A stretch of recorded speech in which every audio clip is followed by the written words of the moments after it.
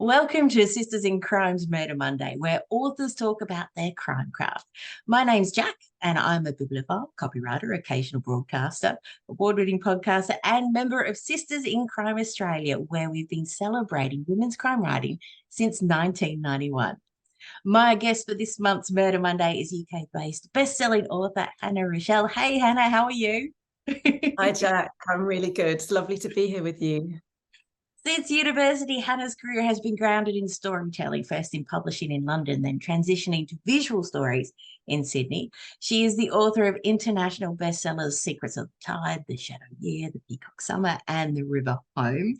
Her work has been translated into 21 languages. Her books have been selected for the Richard and Judy Book Club, the Waterstones Book Club, W.H. Smith Book of the Week, shortlisted for 2 Australian Book Industry Awards, an Indie Book Award in Australia, and more. I think I have to take a breath because that's a huge sort of list of accomplishments. And while each of her novels is a standalone story, what connects them is her ability to tell a cracking story.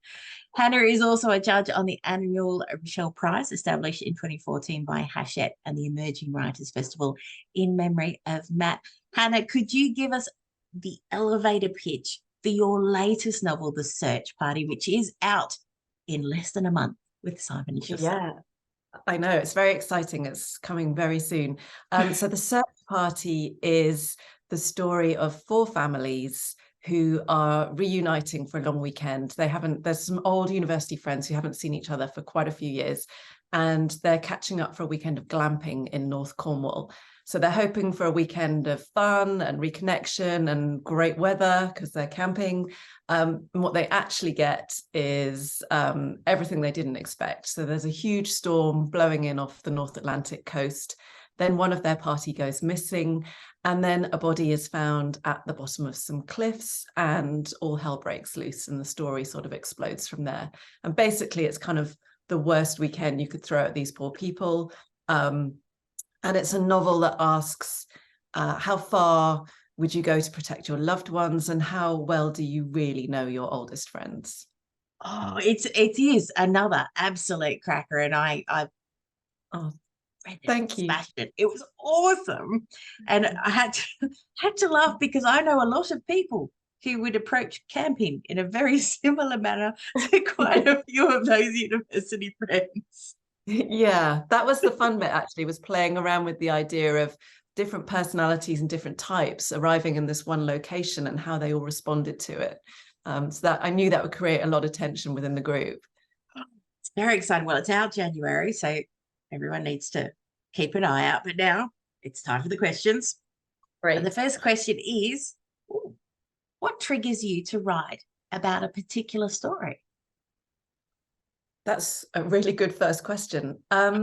It's usually a combination of things. So for me, landscape's really important. I find that I need to understand the setting of a story really clearly in my mind before I Yeah. can start to kind of lay the foundations down. It's almost like I have to ground the story somewhere before I can start writing.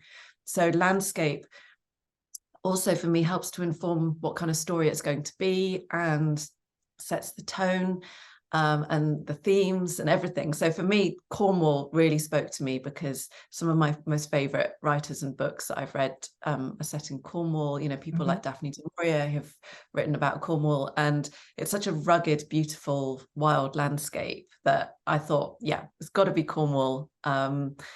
And it's usually just like a seed of an idea. So I was thinking about old friends and the tensions that can arise between people.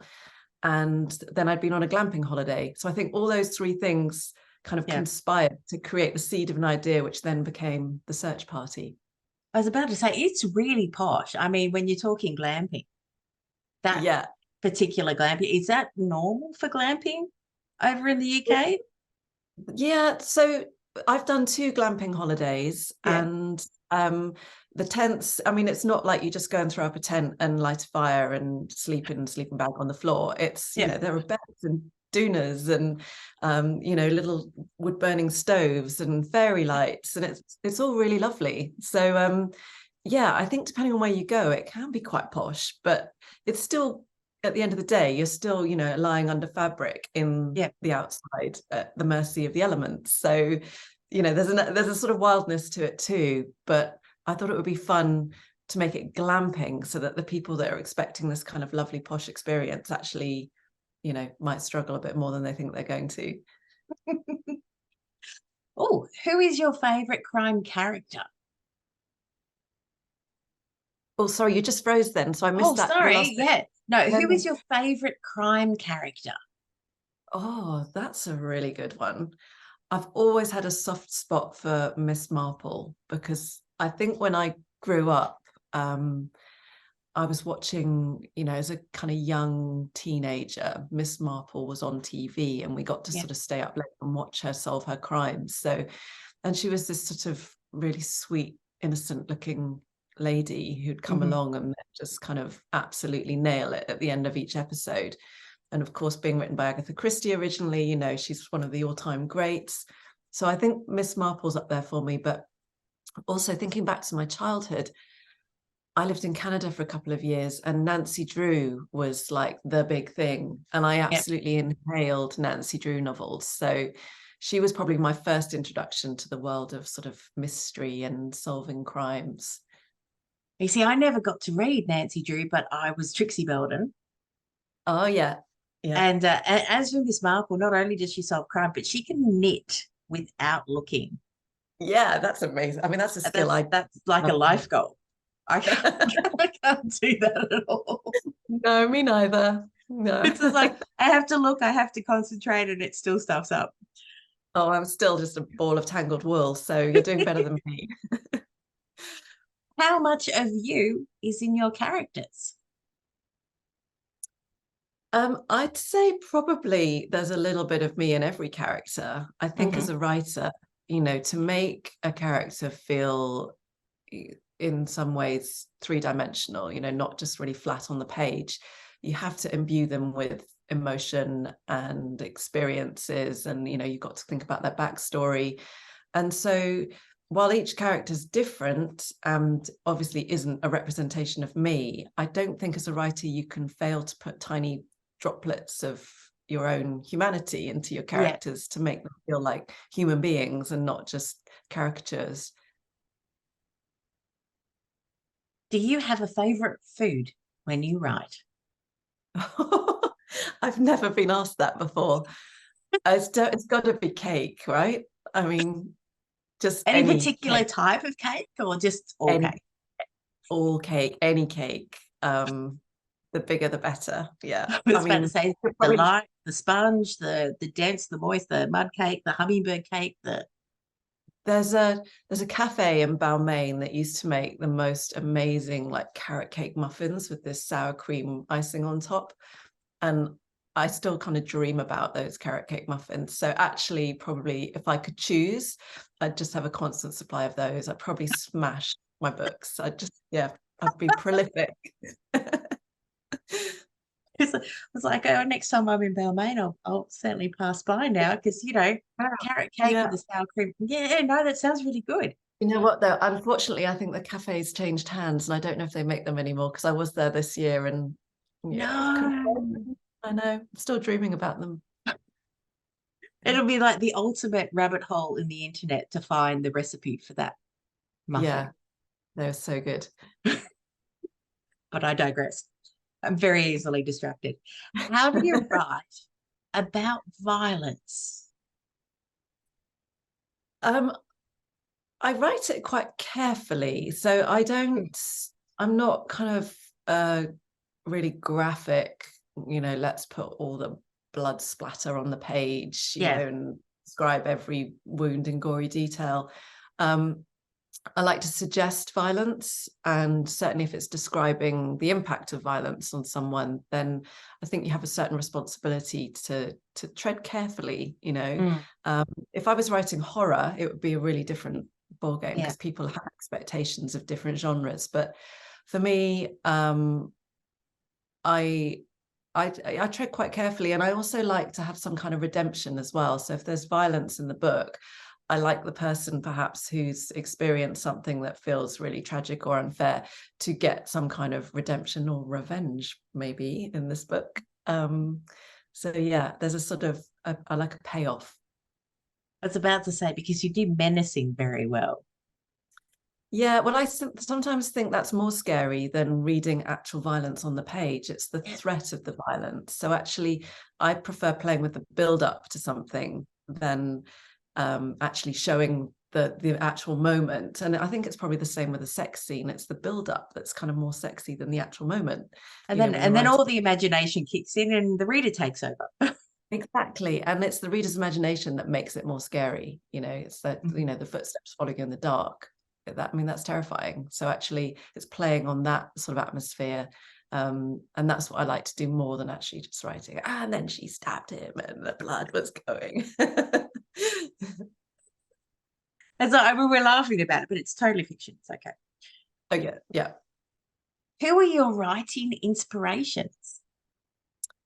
Um, there are so many. I mean, I think as a reader, you know, you sort of absorb and appreciate so many different writers. And I love reading across lots of different genres, but my probably earliest inspiration for becoming a writer myself was Maggie O'Farrell. And I sort of fell in love with her really early books. Yeah. And I loved the way that she plotted her stories. And they always, although they weren't crime books, there's a sort of psychological element to her books, and there's a puzzle to her books, particularly the early ones, where you're trying as a reader to piece together a story, and you're trying to understand, you know, where the character sits in their world and who's telling the truth, and what the story even is shaping up to be. And one of my absolute favorites of hers is The Vanishing Acts of Esme Lennox, where you meet this character and it's so fragmented as a story because the woman's mind that you're inhabiting is really fragmented. So you're kind of in this permanent state of confusion as to, you know, what timeline are we in and where is she and who is she? And I just found that so wonderful that I think that sort of helped to inspire my desire to tell stories that feel like puzzles that the reader's sort of trying to piece together and solve. It's an excellent answer. Oh, thank you. What's the hardest part of being a writer? It's the sitting down and actually putting the words down. You know, it's the only way to write a book is to sit there and write the book. And it's also probably for me the hardest bit because I'm amazing at procrastination and I'm amazing at self-doubt and telling myself that, you know, whatever I'm writing isn't very good, which I think is very normal for a lot of writers.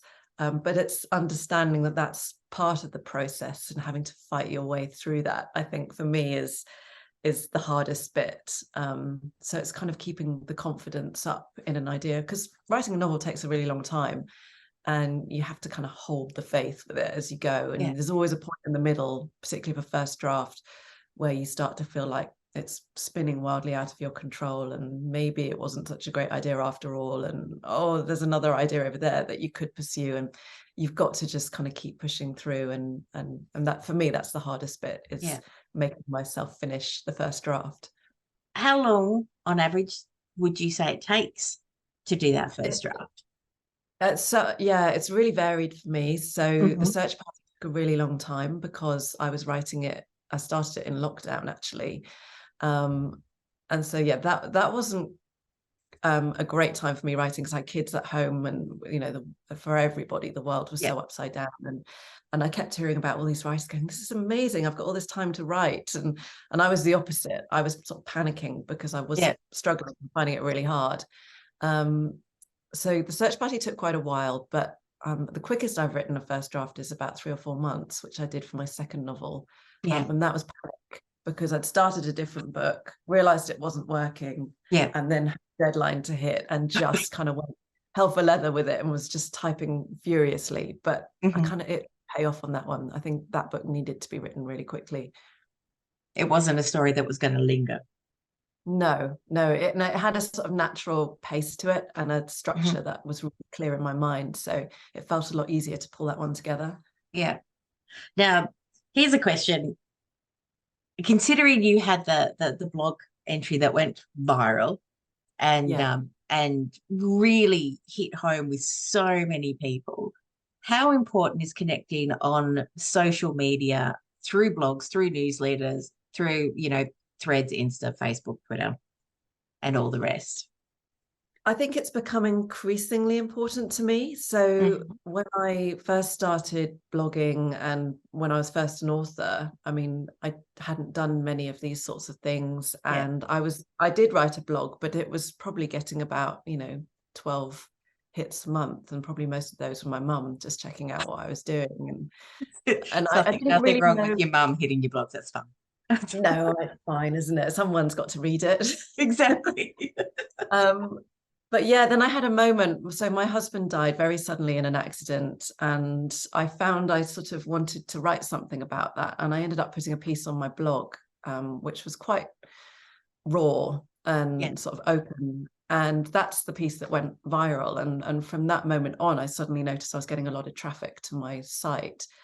And so I guess it's become increasingly important to me to be able to connect with people. And I really appreciate the people that reach out, whether it's through my Instagram or, Facebook or, the blog, which to be honest, I don't update as much as I should or probably would like to now. Yeah. But getting that feedback from people and feeling like you're connecting with people when your job is so solitary Mhm. and you really are in your own head and your own space most of the time. And sometimes the only people I see all day are the dog and my two kids. It's like a lifeline, really. So, Yeah. and then you get feedback from a reader. It's nice if it's nice feedback, but it does make you feel like, okay, again, it helps with that self-doubt and those Yeah. feelings when you're in the middle of something thinking, oh, this isn't going very well. But yeah, it's really important. Sorry, long answer. No, no, no. I think that's a great answer. Got time for two more questions. So, what is your writing routine? It's get up, have a cup of tea, get the kids off to school, and then get my bum on a chair and write. And I try and do a solid 3 hours. Mhm. And I'm very fortunate in that I'm able to work as a full-time writer these days. So Yeah. yeah, it's sort of a Monday to Friday. I treat it like a job, really. Some days the word count goes backwards, but Yep. that's an annoying day. But yeah, generally it's just get to the desk and work. And the final question, how would you get away with murder? Oh, that's a great question.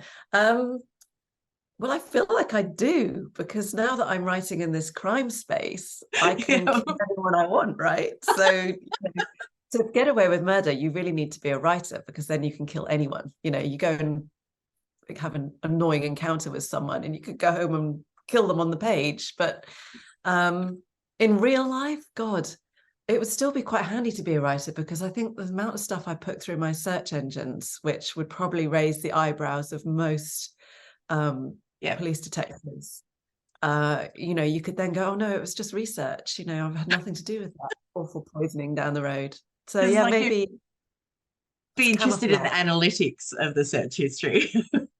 Exactly. So maybe being a writer would offer the ultimate kind of alibi. But I don't know how I'd physically do it. I mean, I'm not very good with violence, to be honest. So I'd probably be a bit squeamish, and yeah, I'm not sure. I'd probably have to pay someone to do it for me. Not that I've thought about it. Hannah, thank you so much. I know that the search party is going to be another bestseller. It is out next month, which is January 2024. Murder Monday interviews are available on Sisters in Crime's YouTube channel at 6 p.m. once a month on a Monday. Hannah, absolute pleasure. I don't have the full I've fancy got cover. I've got the other proof, which sort of is the fancy cover, but not Yeah. quite. But yeah. But we're Oh, wishing you all the best, and thank you so much for joining us on Murder Mondays. thanks, Jack. It's just lovely to talk to you. Thank you.